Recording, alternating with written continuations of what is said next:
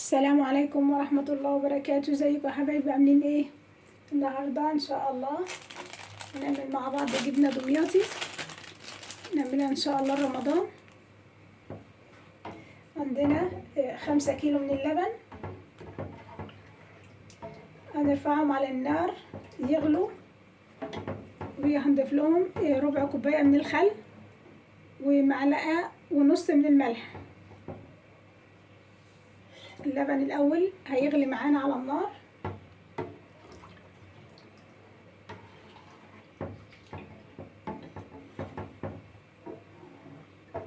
ناخد بالنا جدا عشان ما يفرش ويدلق على البوتاجاز. بمجرد ما يغلي هنضيف له الملح والخل.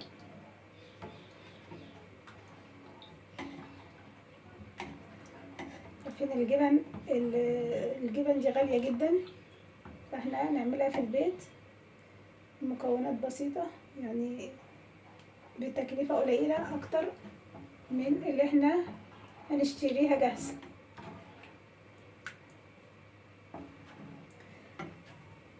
هنخلي اللبن يغلي على النار ونشوفه ان شاء الله لما يغلي.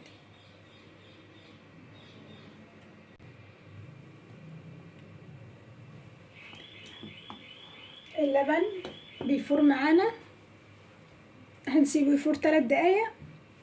انا ضفت معلقة ونص بتاعة الاكل ملح، بس الكاميرا كانت مقفولة للأسف. معلقة ونص من بتاعة الاكل على ال5 كيلو لبن. وهنضيف الخل، ربع من كوباية من الخل. بسم الله.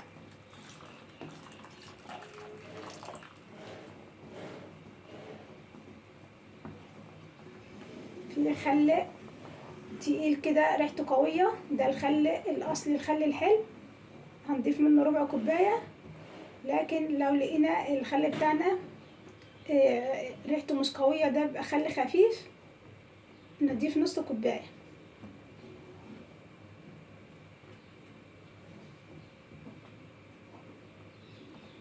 الجبنة بتاعتنا ابتدت تتقل معانا،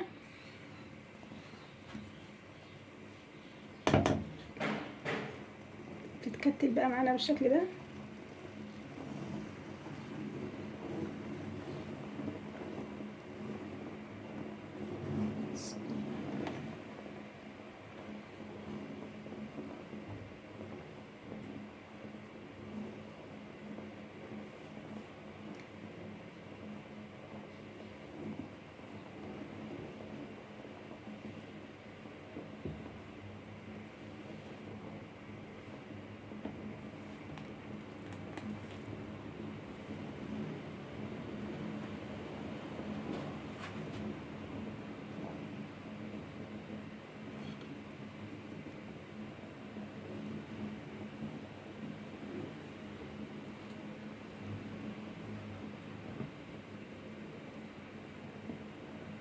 نقلب كده لما نلاقي الجبنة فصلت تماما.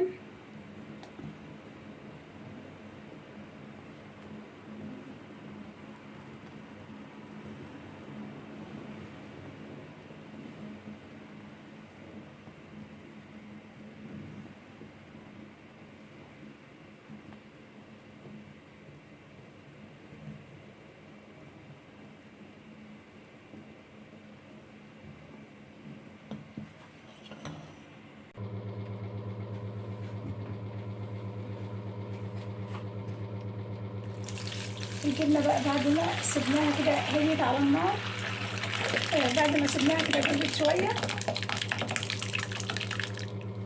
ننزلها كده في مصفى فيها شاشة.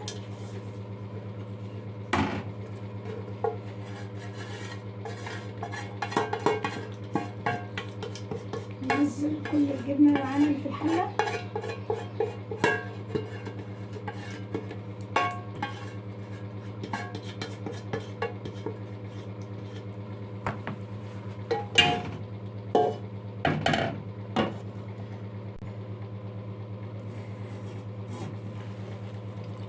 نسيب الجبنة كده تتصفى في المصفى. نسيبها كده نص ساعة وبعدين نرجع نشوفها مع بعض.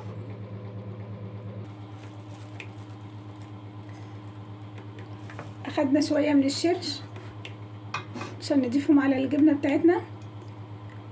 يعني اخدنا كده حوالي 4 كوبايات. نضيف عليهم كده فلفل،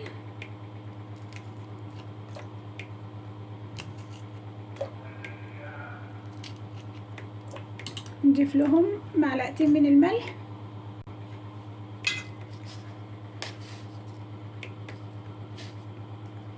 معلقتين من الملح،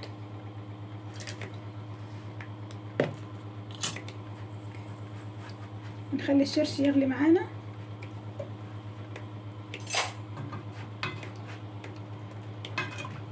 يغلي معانا ونسيبه يبرد لحد الجبنة معانا ما تتصفى. طبعا الجبنة بتاخد لها حوالي 5 ساعات.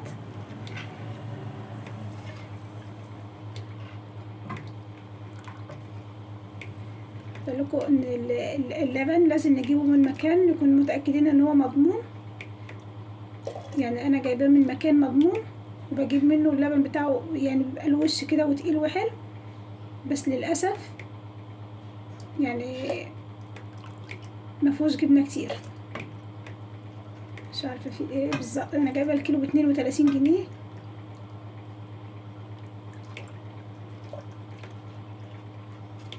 خمسة كيلو اللبن يعني تقريبا يعني يطلعوا كيلو جبنه يا ما يكملش.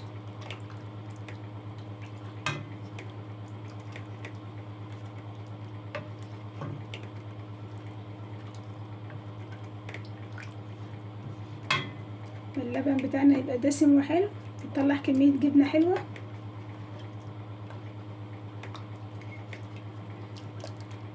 الحمد لله. هنغلي الشرش ونسيبه يبرد لان ده هنضيفه على الجبنه.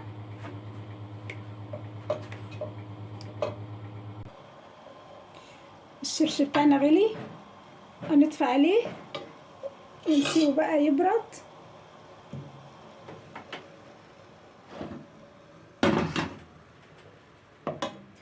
والجبنه بقى معانا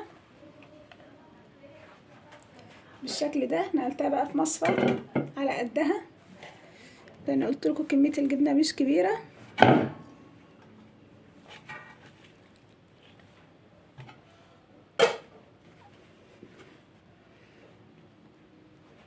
هنسيبها بقى 5 ساعات بالشكل ده تتصفى تماما وبعدين نشوفها مع بعض.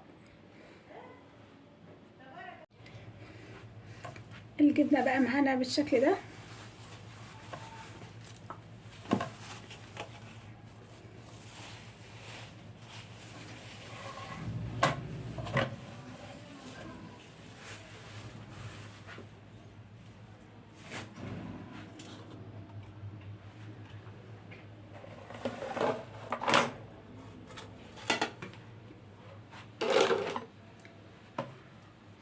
بسم الله الرحمن الرحيم.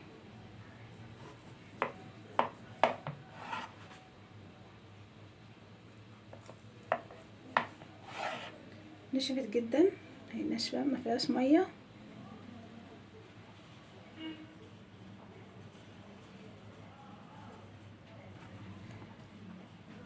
هنقطعها بقى قطع. بسم الله.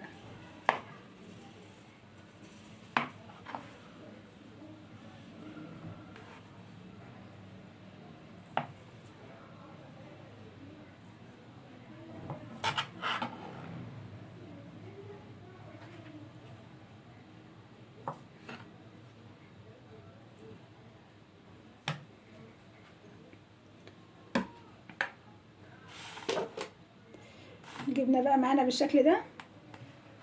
هنعبيها بقى في البرطمانات ناشفه معانا ومتماسكه.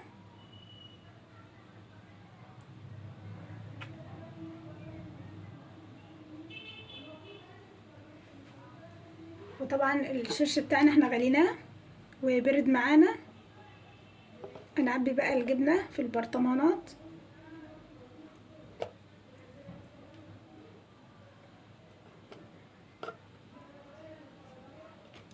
نقطعها قطع صغيره.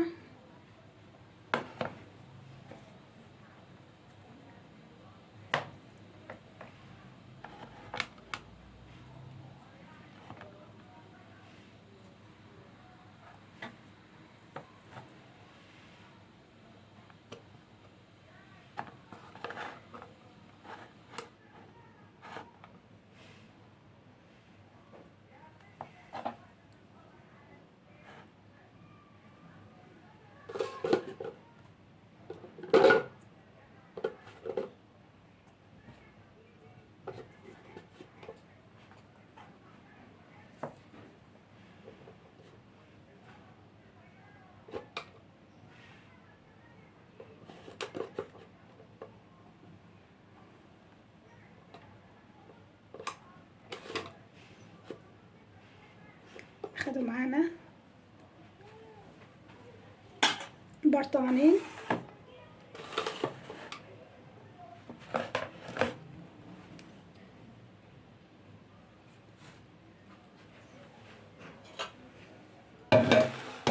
الشرش بتاعنا اللي احنا غليناه وبرد معانا، نزل قرون الفلفل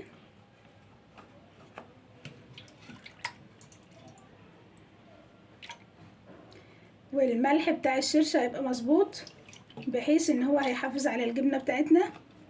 لو الملح قليل الجبنة هتتهري وتتكسر في قلب الشرش.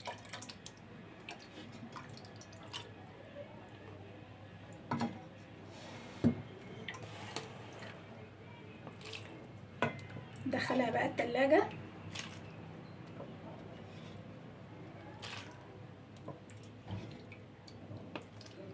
حابين ناكل منها بعد اسبوع، تكون اتطعمت كده من الفلفل وطعمها حلو. حابين نعمل كمية كده نخلي منها برطمان لرمضان، حلو جدا.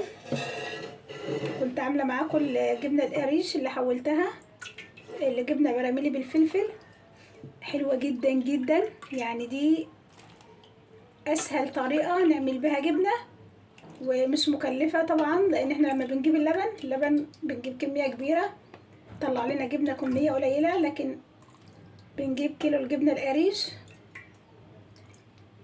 بنعمله كيلو جبنة براميلي، ما بتخسش مننا حاجة طبعا، لان احنا جايبين الجبنة جاهزة وبنحولها معانا البراميلي، فبتبقى حلوة جدا.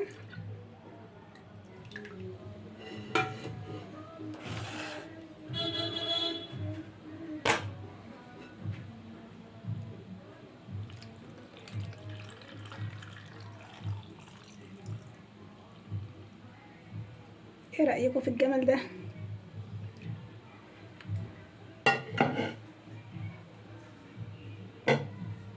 نقفل بقى البرطمانات بتاعتنا وندخلها التلاجة.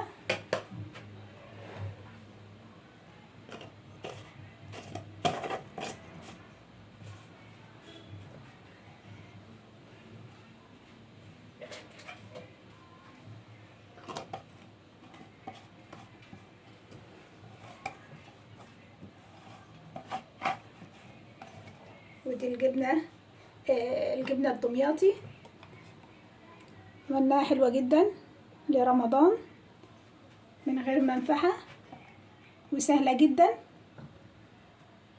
اهم حاجة ان احنا نجيب اللبن يكون مضمون، بحيث انه يطلع معانا كمية كبيرة. انا عملت الجبنة حلوة، بس اللبن برضو يعني مطلعش كمية كبيرة من الجبنة. بقى نجرب الجبنة الجميلة دي رمضان